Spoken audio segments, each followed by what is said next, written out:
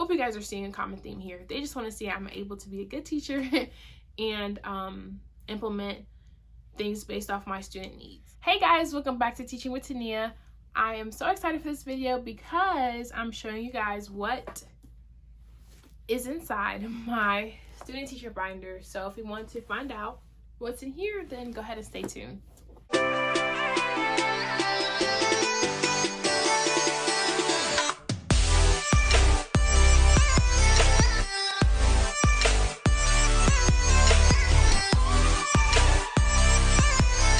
Alrighty, if you are going into student teaching, you will need a big binder, okay?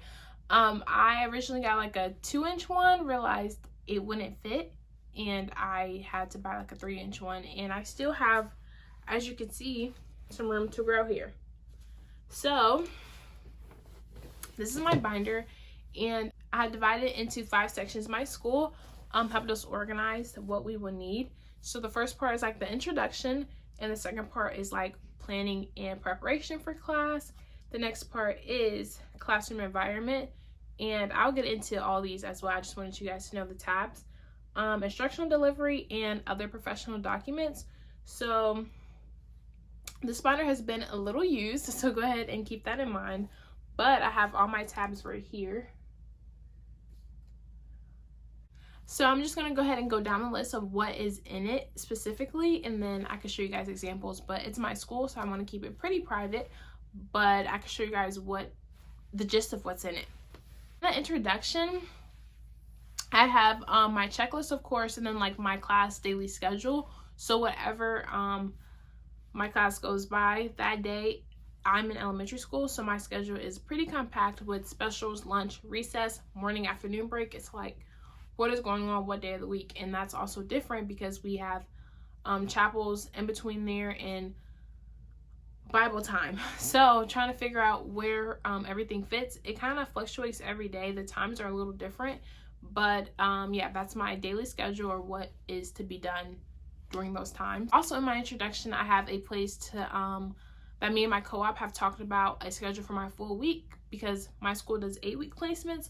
So depending on what works with my school and my cooperating teacher is like how I reach my full week of teaching. And both placements we have to teach a full week.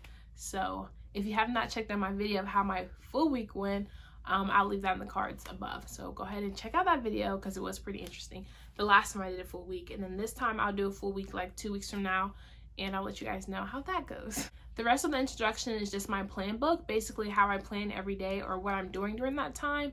My plan book, I can actually show you guys. It actually looks something, it's like literally so sloppy. A sloppy copy like this.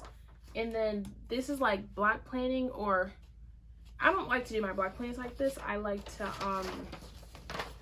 go ahead and, this is my full week, what my full week of block plans look like. So they have what I hope you guys can see this.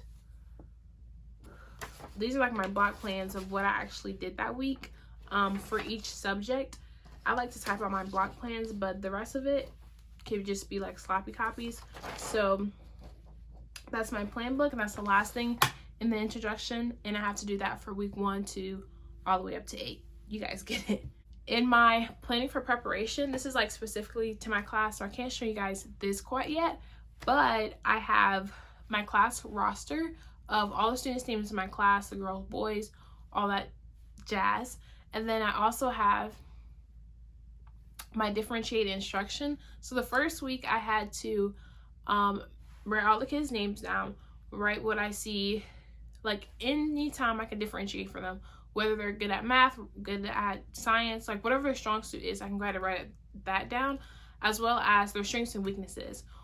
I also wrote down like random things like this person likes Barbie dolls, cars, whatever, really into basketball, really loves music, has this random talent that he can do a Rubik's Cube in like 10 seconds. So random stuff like that, I was able to write down and get to know the kids so that I can therefore tailor my instruction and differentiate for them based on interests. And then I would differentiate based on like data points for like the academic side of things. The next thing I have in my binder is in this section is my anecdotal records. So I had to keep anecdotal records on 2 students just to get that practice. One of them I picked and the other one my co-op picked. And this is just good to have a running track to see patterns of the student behavior or anything that might happen throughout my placement. I could just go ahead and jot those things down and practice getting anecdotal records. Planning and preparation, of course, involves lessons. So my next section, or my next part of this section, is my lessons. So I had to do all 5 scripted lessons for each prep. So math, Bible, ELA. Math, Bible, ELA. I only have 4 preps. Oh, we were doing social studies at a time. My school my school switches between science and social studies depending on the quarter. So I had to write all my scripted lessons in there, and then once I got 5 for each prep, I was able to move into block plans. And now that I'm in the same placement for a second time, I just have to do block plans. So my school definitely saved me with that. The last thing in the planning and preparation section is my scope and sequence. So I did have to do 2 different scope and sequences, and my co-op went over them, and then my school went over them, and I was able to put them in my binder. Section 3 is like the classroom environment as a whole. So this is like basically some odds and end things. The first one is like the school discipline code. How's the school discipline, or how do they handle student behaviors? So I had to get that information, and the emergency procedures, school maps, things that I probably wouldn't have known if I was like a sub there, but because I'm student teaching and will be there for a longer range, I need to know these things just in case an emergency happens while I'm teaching.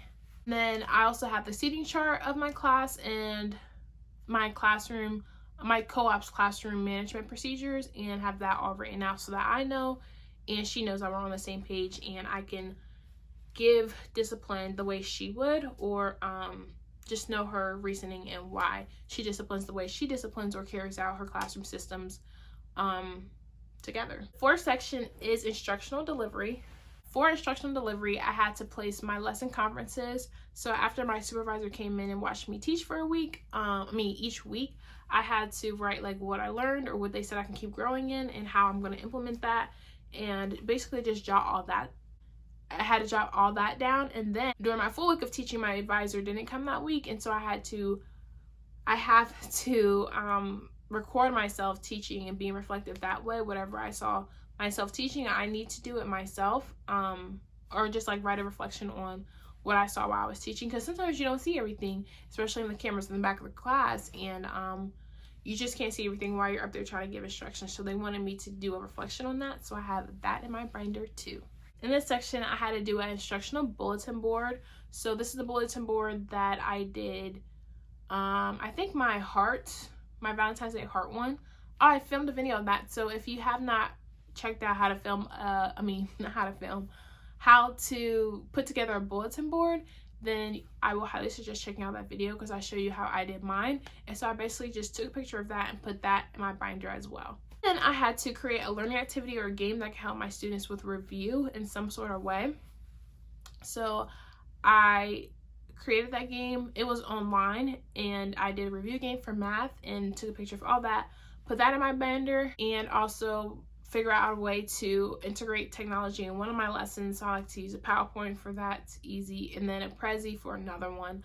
I was able to show how I can integrate technology into my lessons, which is huge right now, especially with everything going on in the world. And I also had to integrate a media presentation, which could have been anything like a PowerPoint.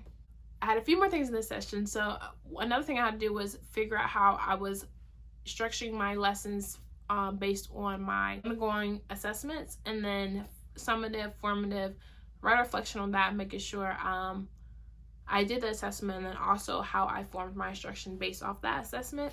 And the last thing in the section was a reading assessment. I had to give like a DIBELS or reading assessment to a student, and then evaluate how that student did, and also what I could do to help inform my instruction as well. Hope you guys are seeing a common theme here. They just want to see I'm able to be a good teacher and implement things based off my student needs. 5, the last section here is my professional documents, which is like my introduction letter to the parents. I wrote a letter to the parents just letting them know a little bit who I am and why. Let them know that I'll be teaching in their child's class, which is very important. And then I also included like a professional picture of myself. And my school also made me look up the dress code to make sure that I was in line with the dress code. I'm going to the school every day. I need to be adhering to their employee dress code. Then in this document, it's important to always be observing other teachers, figuring out what you like, what you don't like. And so I had to do that for my teacher, a lesson of hers, and observe her for the day.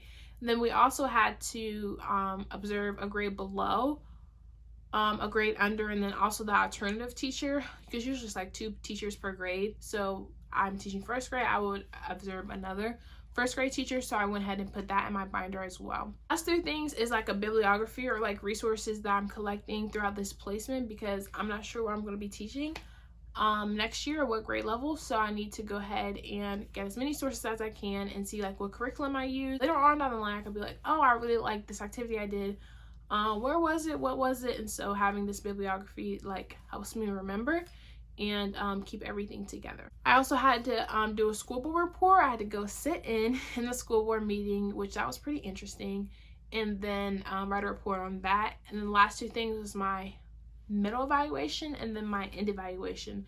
So my co-op and supervisor all sat down and talked to me about basically how good of a teacher I am. It's like, it was a very encouraging to know that I'm called to be a teacher, but also have somebody else pull that out of you. That was a pretty good conversation. And then I also had some feedback and things that I can keep growing in as well. So I also placed that in my binder. And so as you can see, my binder is pretty thick. But that's basically everything that's in here. I can't show you everything.